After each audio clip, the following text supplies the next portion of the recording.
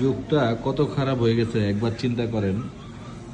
এই যে ছেলেটা একটা প্র্যাকটিক্যাল তৈরি করতেছে, এটা হচ্ছে আরেকজনের প্র্যাকটিক্যাল।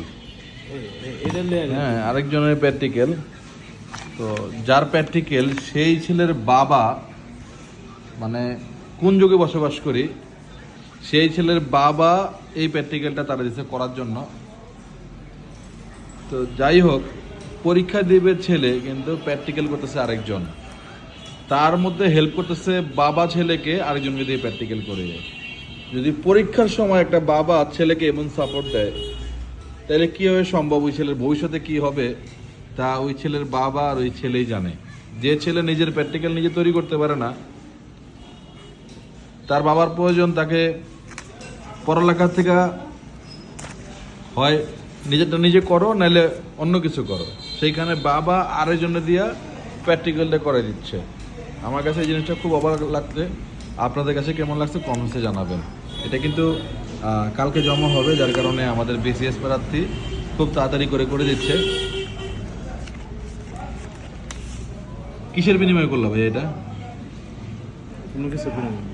কোনো কিছুর বিনিময় ছাড়াই তুমি পরীক্ষার হলেও তো পড়ালেখা করো নাই।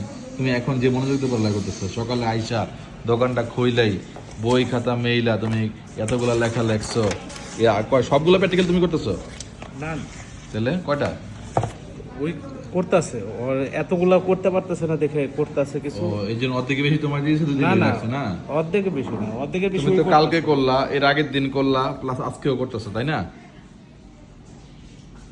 হ্যাঁ, সময় লাগে না? আমি তো পড়ালেখা করতে কি সময় লাগবে না? যার পরে এটা কি উচিত একজনের আয়োজন করে দেওয়া?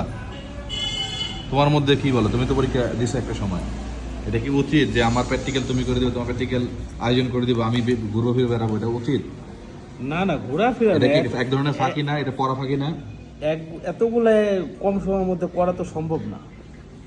হাজার হাজার মানুষ করতেছে না, এদের লোক নাই। ঠিক, যুগটা কোথায় দিকে দাঁড়াইছে। এরকম বাবা মাকে আমি ধিক্কার জানাই। সন্তানের কাজ অবশ্যই সন্তানের করা উচিত, বিশেষ করে পড়ালেখার ক্ষেত্রে সন্তানকে বিন্দু পরিমাণ ছাড় না দেওয়াটা উচিত, এটা আমি মনে করি।